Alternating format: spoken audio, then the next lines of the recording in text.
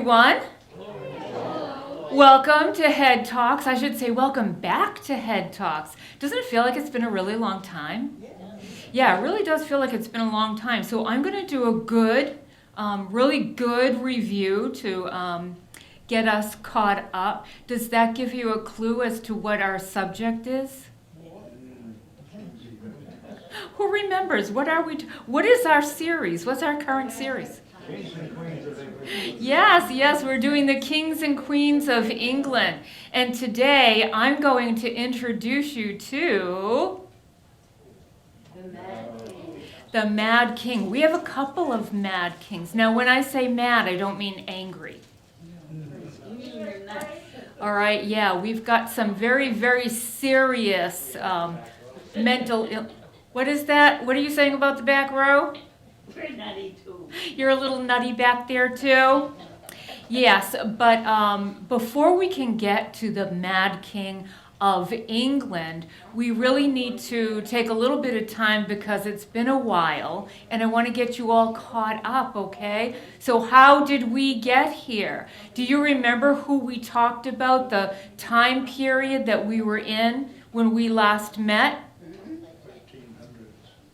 Yes, that's right, Plantagenets, and we were specifically last time talking about, do you remember this woman? Yeah, that's Joan of Arc, and we were talking about her story, because in this series, we are not forgetting the truly exceptional women that played a huge part in the Plantagenet story. There's a lot of them. And we're not going to leave any of them out. Joan of Arc happens to be one. All right, so we're going to talk about her story and how does she come into this. So let's review. Let's go back a little bit. Do you remember Henry IV? He was considered a usurper. Yes, because he was just trying to defend his birthright, which was his land. He's the Duke of Lancaster.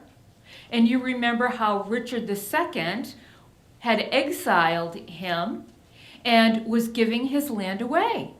So when Henry comes back to reclaim his land, was he looking to become King of England? Yes. No. I thought he did. No, he wasn't. He just wanted his land back.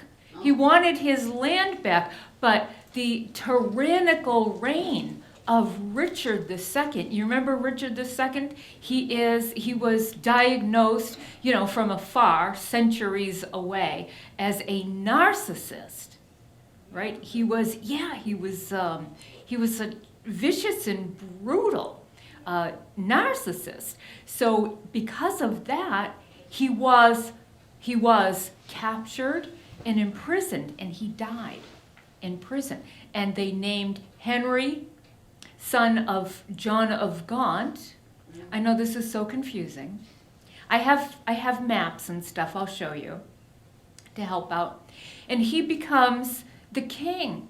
But his kingship, his reign, did not go very smoothly, did it?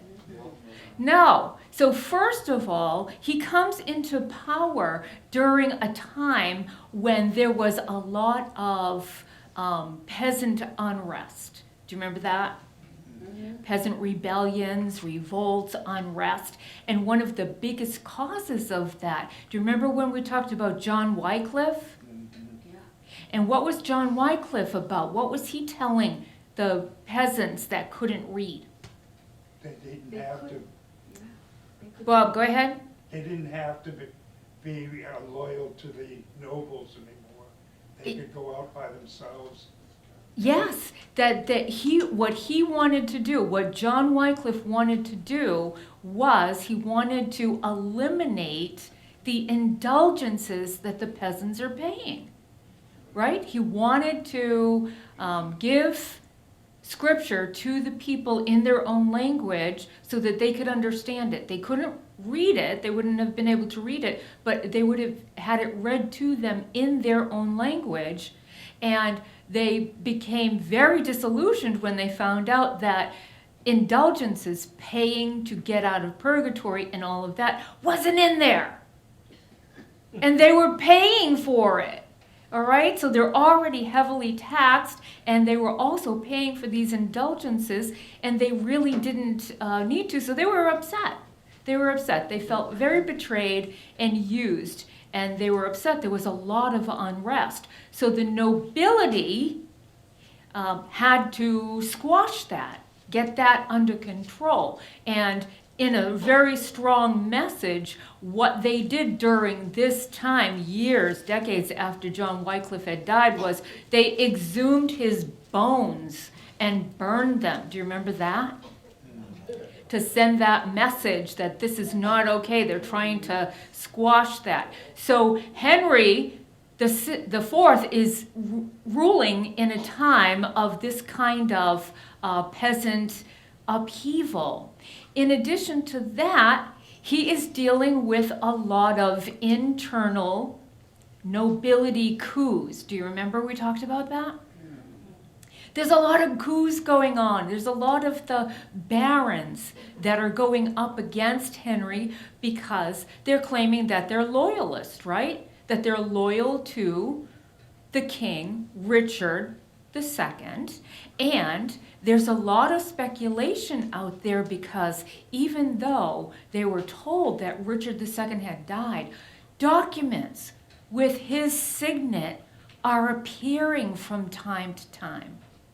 All right, so now there's a rumor that he's still alive, that he hadn't died. So they discovered the reason for that is because the signet, the seal of Richard II had been stolen, and somebody was signing these documents. So they are circulating throughout the country, and people are believing that Richard is actually alive.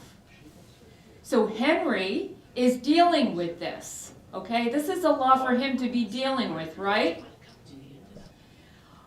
Okay, so you would think that somebody dealing with all this kind of turmoil would really need the support and love of his family, right? Yeah, but guess what?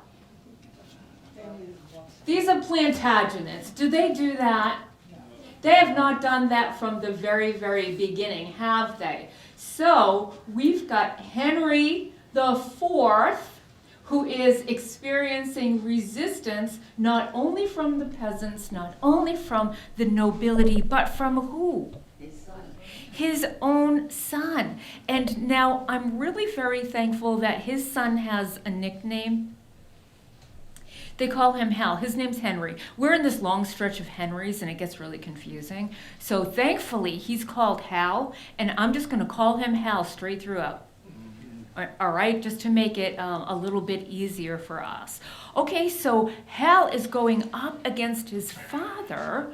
He's heir to the throne. He's the Prince of Wales, right? And everybody always wants to go after France, remember? They want that land. They lost a lot of land under John. They want to get this land back. They've been fighting. We're right in the middle of the 100 Years' War. Right, exactly. So Hal is saying to his father, let's go, let's go, let's go. We've got a golden opportunity. We can go in and we can get it right now.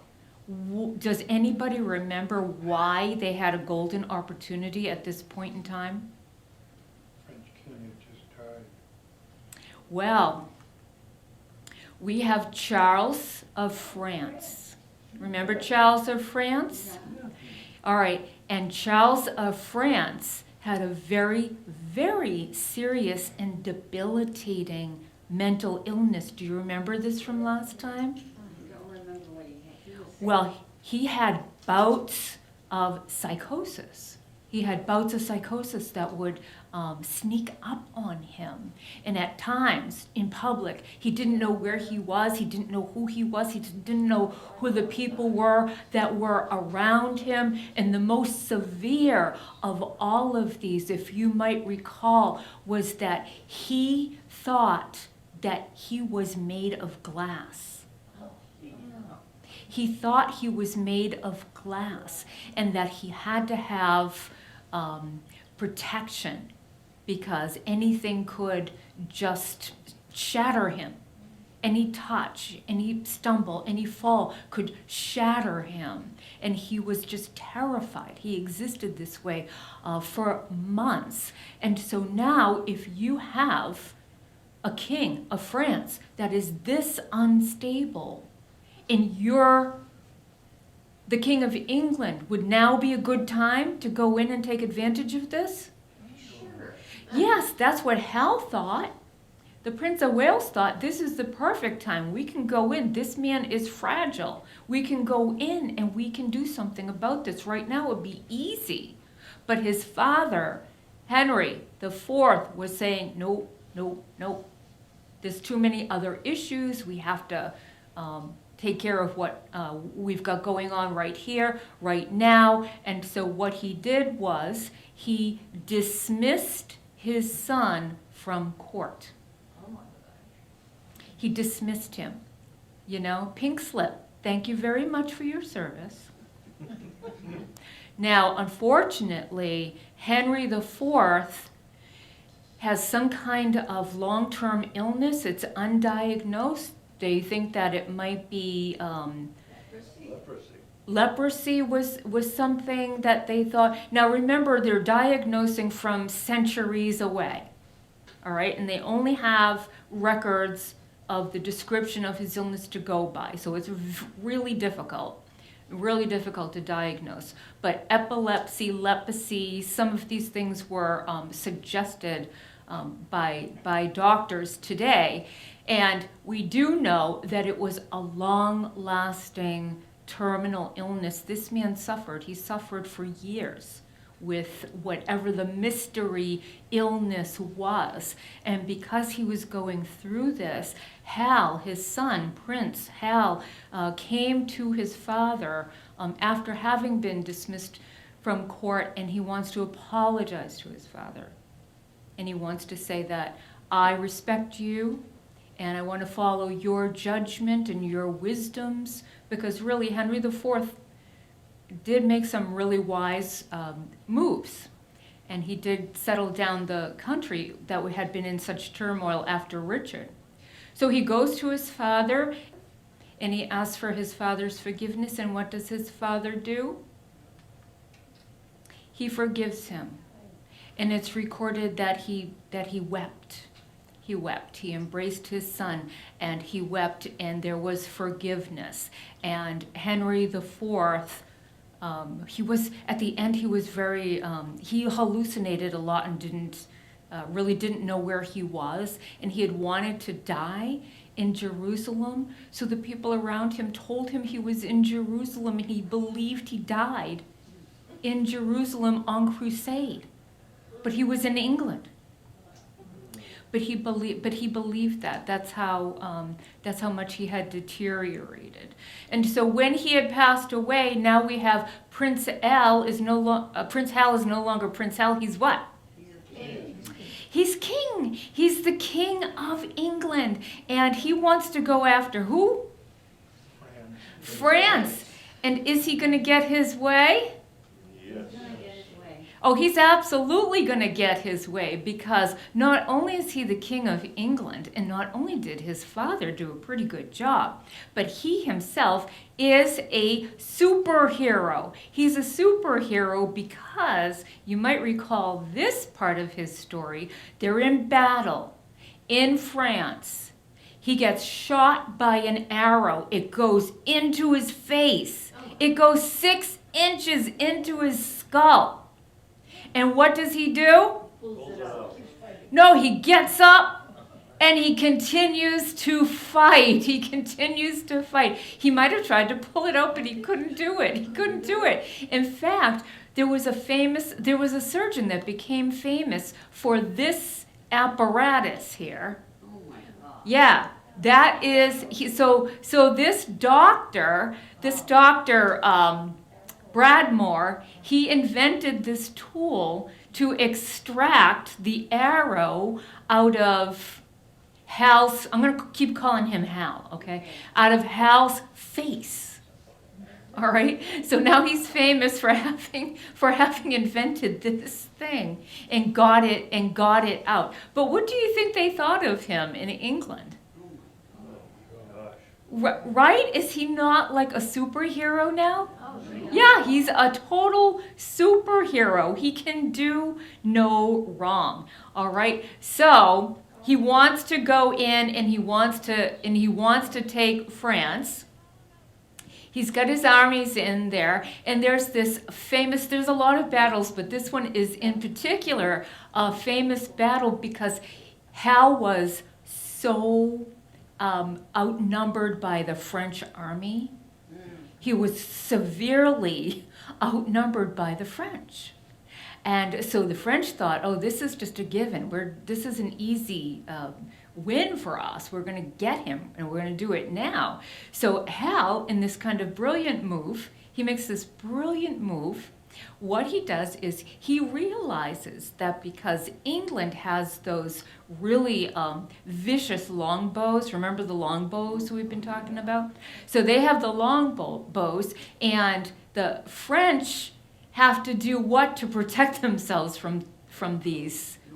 Dress and armor. Oh, the male. Yeah, so now they, in order to protect themselves from these this weapon of mass destruction that they've got, these heavy chainmail mesh armor that they have to wear to protect themselves. So what Hal does, knowing what they've got on, is he lures them into an area that's swampy and muddy, all right? So even though he is completely outnumbered, the enemy is at a total disadvantage. So he lures them into this muddy, swampy area, knowing how weighted down the enemy is. And so when they start fighting, the French army, they fall over, they get stuck in the mud, they fall over, and they're like a turtle on its back. They can't get up. They're struggling to get up. And so, of course, the English army is going to take care of that, and they totally annihilate them. So this easy win that was supposed to happen becomes a major humiliating defeat for the French. So King Hal, can go riding back into England as what? Yes, a victorious superhero, like he's the golden boy and nothing's gonna go wrong. They just love him.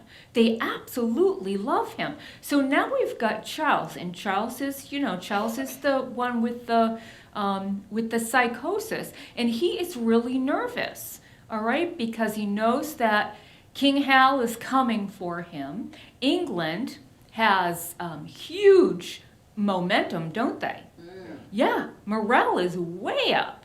But there's something else that's even more threatening. Not only is that going on, but look what part of France is English. Do you see this?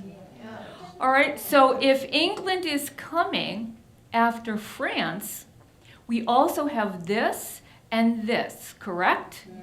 So it isn't just these people, but it's all of this all together that want England to win. They want Hal to win, and they're going to be supporting him. Is that cause for concern? The French, yes. Yeah, Charles panics. So he's in panic mode right now with this. And so he's thinking the way to get out of this is if he marries his daughter to Hal, King Hal. All right, so we've got Catherine and Hal. They're going to marry, and Charles agrees that upon his death, Charles will be King of France until he dies. And then upon his death, who will become King of France? Hal. Hal. Finally, after hundreds of years of England, trying to get France, trying to take that back. It's Henry V that is able to do that. He's going to, upon the death of Charles, he is going to be King of England and of France. But in order for that to happen, in order for that to be so, something absolutely unthinkable also has to happen. Something completely unthinkable. The unthinkable thing that has to happen is that Charles has a son. Charles has a son, an heir to the throne. Oh, yeah. And he has to disinherit his own son and heir in order to name Henry V, King Hal, his heir. He has to disinherit his son. And how is he able to do that legitimately? Another unthinkable thing has to happen, and that is that this Charles, the son, his mother insinuates that he's illegitimate. Holy Toledo, yes. Yes, Holy Toledo. She leaks out that he is illegitimate. Why would a mother do that? To save his life? To save the country, maybe? Because is the writing not on the wall here? Right? So you think to yourself, why would a mother do that? Why would a mother do that?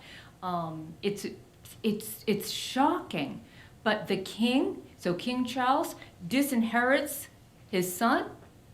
His mother lets a rumor out there to say that that is a viable action because he's illegitimate. That puts her at risk too, doesn't it? Because they're not supposed to do that, are they? Women cannot get away with that. Men can do it all they want, but the women cannot get away with that. All right, so now this poor kid, talk about parental neglect. All right, so this poor guy, he is disinherited when he's supposed to become the king of France. Now, not everybody is on board with this. In fact, the people in France, when they hear this, are absolutely shocked. They cannot believe that the king and the queen have done this. All right, so they're absolutely shocked. All right, so there are a lot of supporters. All right, so we've looked at who England controls, but look, France has this area, correct?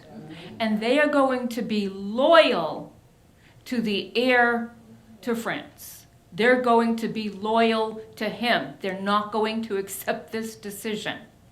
All right, so what do we think is about to explode, erupt? A war within the war. We have the 100 Years' War, so we've got a civil war that's going to go on, and there is somebody very, very, very important and critical to this war and to the future of the King of France, the son, the heir, Charles. All right, and that person is? Excellent, Joan of Arc, okay? So who is she? Who is Joan of Arc? Well, she is a peasant girl. She's just a peasant girl, okay? She lives on a farm with her family. And there is a prophecy that had been going around, all right? It had been around for a long time, and a lot of people knew this. And it says that that France would be saved by a virgin from the borders of Lorraine, which is where she's from, who would work miracles, and that France will be lost by a woman. Well, who would the woman be that France was lost to? His mother. His mother, exactly. That's exactly right. And shall thereafter be restored by a virgin. A virgin means a maiden. Yeah.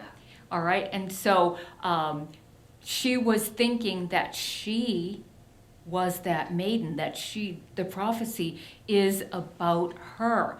What did she in the garden, when she was in the garden at home, what happened to her? Do you remember? Angels came to talk to her. Yes, exactly, yes. She was visited by angels, Archangel Michael, and Archangel Michael is the warrior, the great warrior angel, and they spoke to her, and it was her mission. Do you know what her mission was? To save France. To save France. And how was she going to do that? She's going to restore the heir to the French throne. That means that she was going to fight to put young Charles on the throne, the disinherited Charles, back in line for the throne. That's what she's going to fight for. So now here she is. She was 13 when this all started, and she's going to the French guards saying, please take me to the heir to the throne, Charles. I have a message for him. I have a message from God for him. And so do you think that the guards were too impressed with that? No. Not at first, so it took her a very long time. It took her a long time, but ultimately she displayed knowledge of things that she shouldn't have knowledge of. It convinced the guards, and so the guards decided, we'll take you. And in order to do that safely, because she had to go hundreds of miles to where he was, they had to dress her like a boy. Do you remember that? For her own safety, they had to dress her up like a boy. And they get there, they arrive, he receives her, and he allows her to speak to him privately. She gives him the message privately. We'll never know. We will never know what that conversation was about.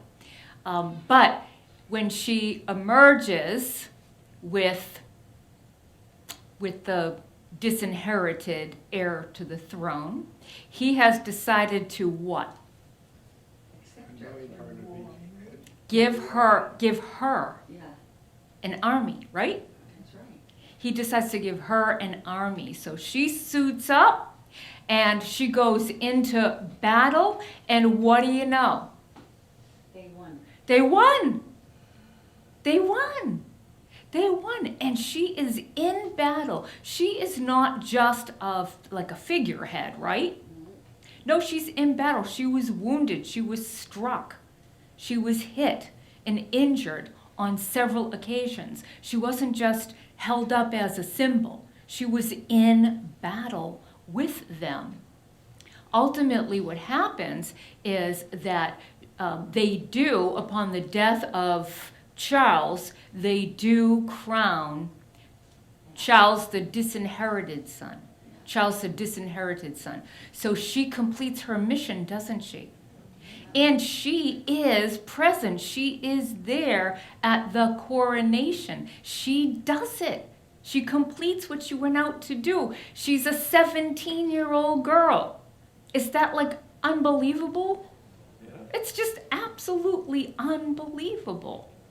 Okay? Now let's catch up with Henry V. All right? Because he was not king. He was not king when, dysentery's everywhere. He was not king when King Charles died, because he had died. He had died very, very early. 2 months before Charles VI had died, right? So he was 2 months shy of fulfilling that ambition of being the king of England and France. So he missed it by 2 months. And then Charles died also. So what happens to Joan, though? Joan is arrested, remember? Yeah. Yep, she's arrested, and she was sold to the English, remember? Yes. They traded her, and they imprisoned her, and they charged her with what? Heresy and witchcraft. Heresy and witchcraft. And one of the charges that she was found guilty of was the crime of wearing men's clothes.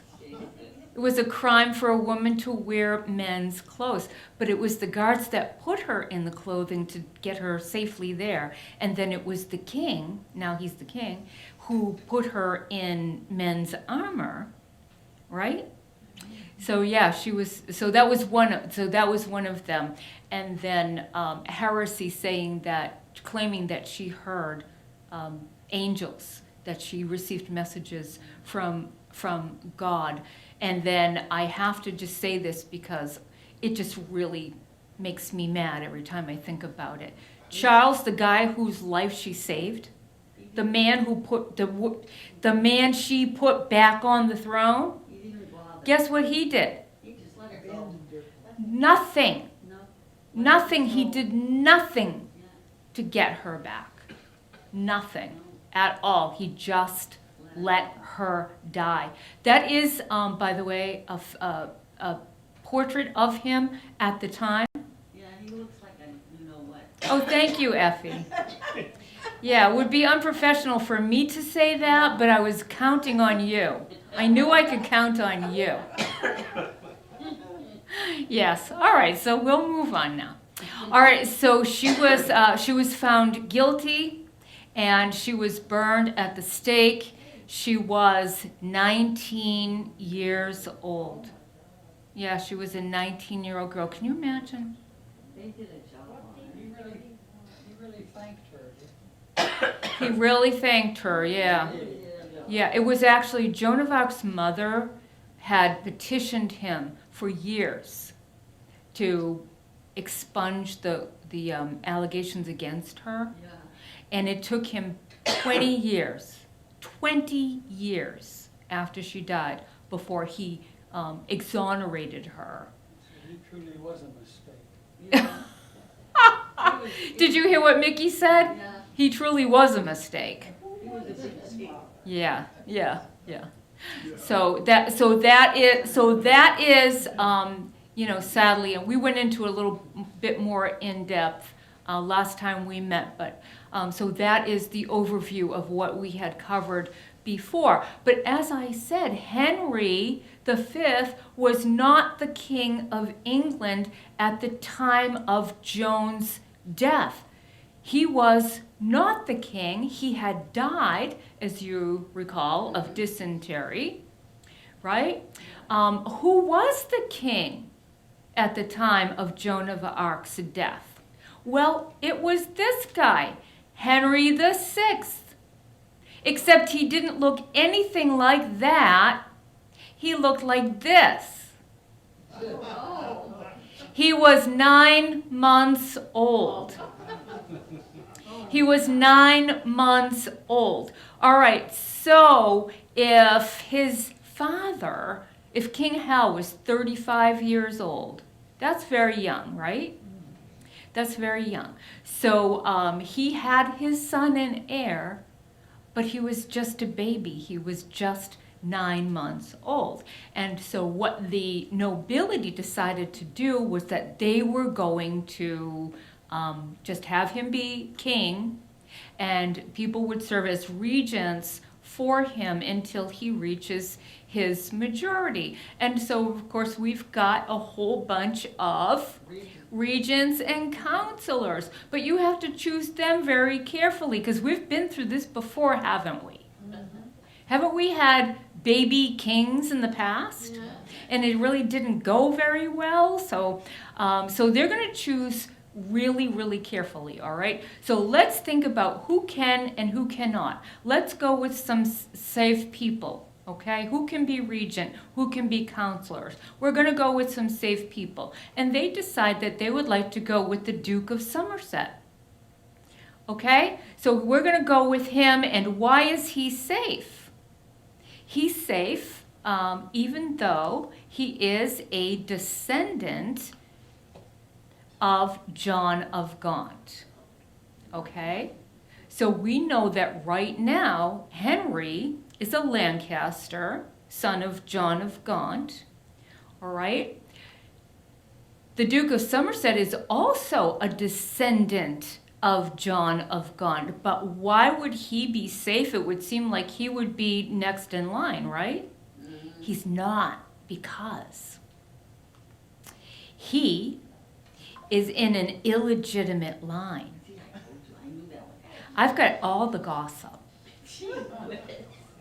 Okay, so he's from an illegitimate line. All right, so now we've got John of Gaunt, whose first wife died. They had kids. Then he had another wife. They had kids. They're all legitimate. If they're married, the children are legitimate. But the whole time, through the first and the second marriage, remember, they're not for love, are they? Usually, they're for what? Land. Yeah, land, political alliances, right? So the whole time he's married to these other people and having children, he's actually in love with this woman right here, okay? We've got another Catherine, and he's in love with her, and for over 30 years, she is his mistress. She's his mistress, and they have children together. But are they recognized? They're not recognized, okay? Now, eventually, and they're called the Beauforts, all right? That's the Beaufort line. So the Beauforts are the children of John of Gaunt and Catherine Swynford, but at that point in time, they weren't legitimized. Later on, they become legitimate, and this is what you want to pay attention to. Look at this. Okay, so now they've been together for a long time. Ultimately, the Pope and King Richard acknowledged them.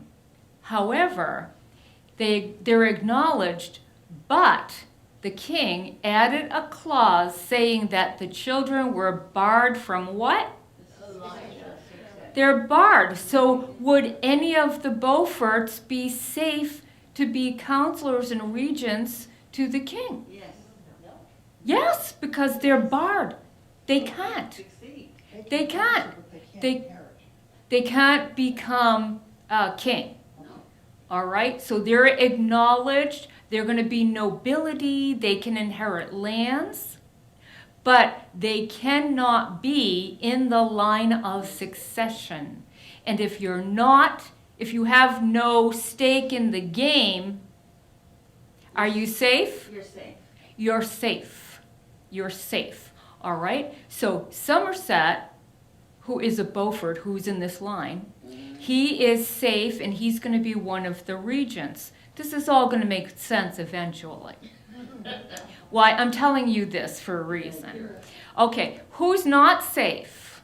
Anybody who's in line for the Exactly, yes. There is somebody, the Duke of York, okay? He is the descendant of the brother. See how these two are look at these two names. Do you see Lancaster and York? Yeah. Yes, you know what those two names represent, right? Yeah. All right. So we've got John Beaufort, Duke of Somerset. He's safe because he can't inherit the throne.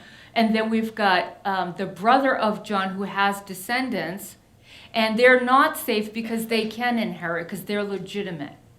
They're legitimate, all right? So they're not safe. So what are we going to do with the Duke of York? Because he can't be around Henry the Sixth. Ship 'Cause them out. We got to ship him out, exactly, Bob. And where do they send him? Ireland. Yes, let's send him to Ireland. You can you're going to oversee all of our land holdings in Ireland. Okay, so we know who can, we know who can't. What about his mother? Remember his mother? Exactly, yes. Remember Catherine? Yeah. Yeah, you remember Catherine. Well, what about her? Isn't it normally like the mother that would become regent? Well, what happens with Catherine is she has absolutely no interest in any of this. She doesn't want to play. She does not want to play the Game of Thrones here, all right? She wants out. And I think she's strongly motivated by the fact that there was a lesser noble that was in her household, okay? He was really handsome, and she fell in love with him. All right, remember her husband, Henry V, is dead, right? He was 35. She was a young woman, right? Girl, go. She's just, what? What? Did you say go, girl, go? She doesn't want to get entangled in all of this. I don't blame her. I think I would be right there with her. Okay, yeah, she doesn't want to get caught up in this, and she's met this incredibly good-looking guy, and she just wants to be happy. She wants to live out the rest of her life very happy, and she wants to marry this man. It isn't exactly a good match because he's not exactly on her level, so they have to do it in secret. Okay, so they have to do it in secret. And the name of the man that Catherine secretly marries is... Duke of York. Tudor. Oh, Owen. my God. Owen Tudor. You know that name. Everybody knows that name. Tudor. Started the new dynasty. Yes, this is this beginning right here. You know the Tudor name. Elizabeth. Belongs to Elizabeth. Exactly. Yes, exactly. The Tudor, all right? So this guy, this kind of unassuming guy that she's just, she's got a wicked crush on him. So she's going to go that way instead of going into the Game of Thrones. She's just going to go this way and get out of all of the fighting for the throne. Does that happen? No. Oh my gosh, it creates a whole nother line. Yeah, it's just such a crazy story. All right, so now Owen and Catherine, the poor naive couple, have no idea what they're about to start. All right, but they have children. Okay, they have 4 children, 3 sons. All right, Edmund, Jasper, and Edward. That's not at all confusing, is it? And they have a daughter. There's a daughter too, but we seldom ever get the woman's name, right? Because they just don't. They don't qualify for mention.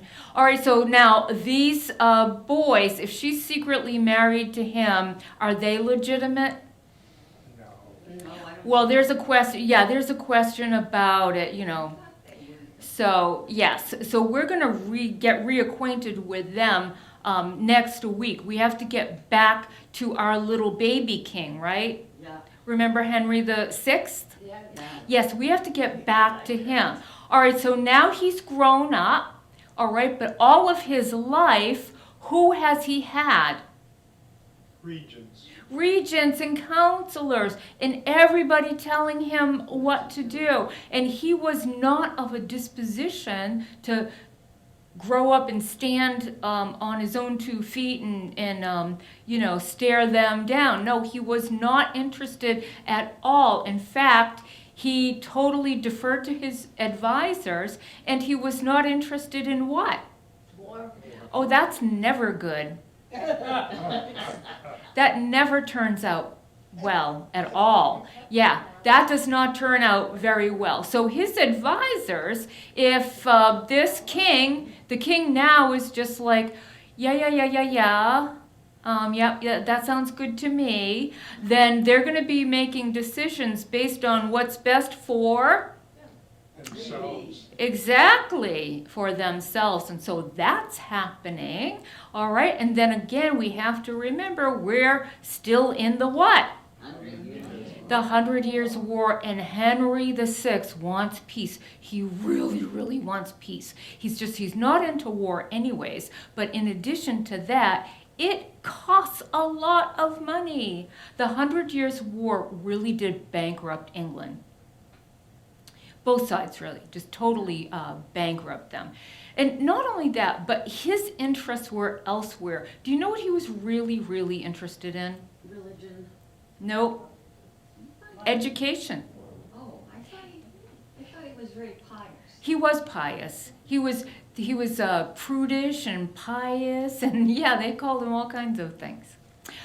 He was very pious, but he was really, really fond of education, thought it was really critically important, and you may be familiar with this.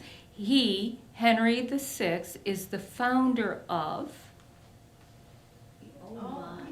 he built Eton College, and he put a lot of his focus into the building of it. He supervised the construction, and he was just completely involved in that. In fact, he didn't just stop there. Guess what else he did? King's College.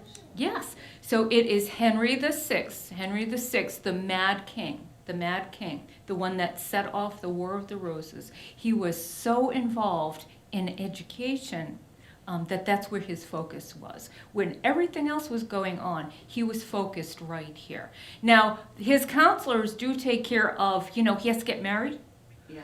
right? Because what's his job? Have a hair.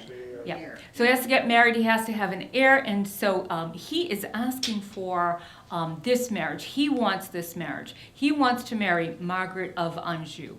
And the reason why he wants to marry her is because, remember, he wants peace. He wants this expensive, awful 100 years war to be over. And he's thinking, this is the niece of the king of France, and her father is a huge landowner, Anjou. So if he marries her, then that's going to bring peace, he's hoping. And in addition to that, they have a very nice relationship. She too is interested in education, and she in fact is the founder of,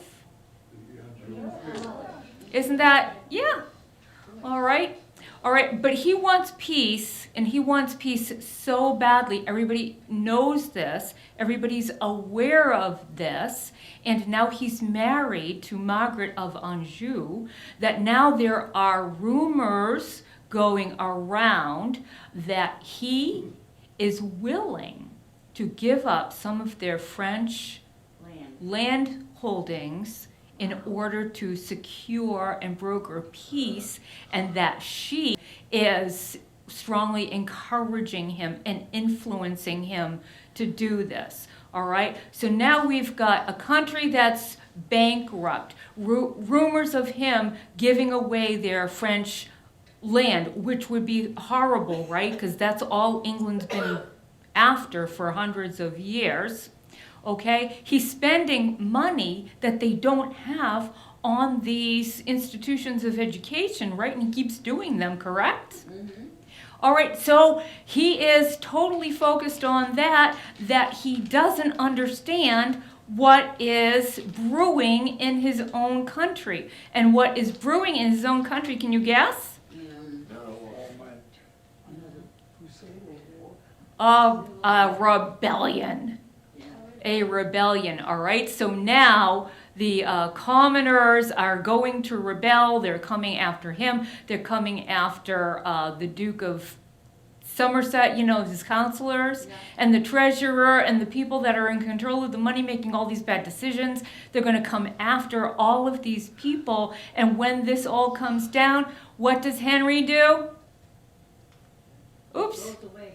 He flees. He runs. And guess who stays and saves his throne? Margaret. Margaret, yes. So Margaret, when Henry runs, Margaret stays and she says, I will pardon anyone that leaves right now. I will pardon you. All right? So some people, well, the smart ones, take the pardon and get out of there, and it totally puts down the rebellion. But there are others, kind of full of themselves, that think I'll stay and I can, fight this. And she is the one that brutally murders every single person that did not take the pardon. So she's making a very strong stand and letting people know, sending a very, very, very strong message that she's going to be in charge. All right, so with all of this upheaval, we don't want to forget that we do have, remember Richard? Oh, God. Yeah, Duke of York. Yeah. He's where? Remember? He's in Ireland. He's overseeing Ireland. Oh, that's right. Okay, yeah, he was in Ireland and he's hearing about all this stuff that's going on. And another thing that he's hearing about is that while Henry is just completely, totally distracted and not paying attention, his armies are losing in France. And what happens? They have this left, Calais. Oh, gee. That is the only thing they have left. That's it. It's all gone. They've lost. His armies have lost everywhere else, everything that they've held for hundreds and hundreds of years since Eleanor of Aquitaine. You remember that? Uh-huh. All right, they've lost everything. I wanted to really, really drive this home for you. In 1180, the English held these lands in the reds and the pinks here. Yes. And the French held the blues. No. All right? So 1180, this is the mid 1400s, and that's it. Calais. So they've gone from all of this to this little dot on the map. Yeah. All right? So now, this is devastating, correct? This is devastating. Henry the Sixth.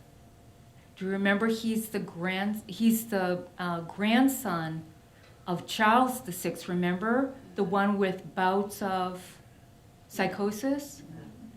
What happens to Henry with all of this coming down on him, the stress of all of this? He goes into a catatonic state that lasts for about 18 months. 18 months. He shuts down completely. And of course, again, we're in a situation where you're trying to diagnose from centuries away, but looking at the records, what was written about him, all right, it has features of catatonic schizophrenia. All right? He was unable to move. He was in bed. He was unable to move, unable to feed himself, unable to care for himself. And this lasted for over a year, close to 18 months, about 18 months. Now, just prior to this happening, I got to go fast because it's getting near 4. Just prior to this happening, after 8 years of trying, Margaret finally becomes pregnant. All right, she was a little bit worried because now Richard, Duke of York, is back, correct? Yeah. He's heir to the throne, right? Yeah. He's heir to the throne. And if her husband is in a catatonic state, would he have a right to step in? Sure. Could he take that throne away? Yeah, and what happens to her? But now she is expecting, but because we don't know yet if this is a boy or a girl, Parliament declares that Richard, Duke of York, is going to be protector of the realm. So now we've got him in that position. That is like this far away from being king, right? This far away. So Margaret is getting very nervous because what is her future going to look like? Her future is pretty up in the air right now, isn't it? With her husband incapacitated, we don't know the child's gender, but then when the baby is born, guess what? Also male. We have a boy, his name is Edward. Yeah, she has a boy. And so now, because she has a boy and she has a claim, she has a strong claim, regardless of how her husband's feeling, we have Richard, Duke the Duke of York, and he is the acting king, essentially, as the Lord Protector, right? Right? What do you think is going to happen from here on out? Another war. War of the Roses, because little Edward, Henry and his son, little Edward, they are Lancasters, right? Yeah. And they're going to go up against who? Duke of York. The Duke of York, yes. And they're going to enter into the bloodiest battles in the history of England. And when I say that, I mean it. All right? The battle, the Wars of the Roses, okay? Over 105,000 people died in the Wars of the Roses. All right? Think of this, these poor people. So that ends the 100 Years' War, and they jump right into the War of the Roses. Like right, in the blink of an eye, right? So all of these people died just in the Wars of the Roses.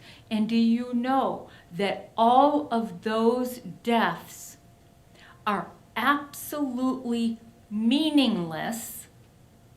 Nothing comes from it, and it's all because of this 13-year-old girl. A 13-year-old girl, and I'm going to tell you all about her next week. Thank you all for coming. I'll see you next week.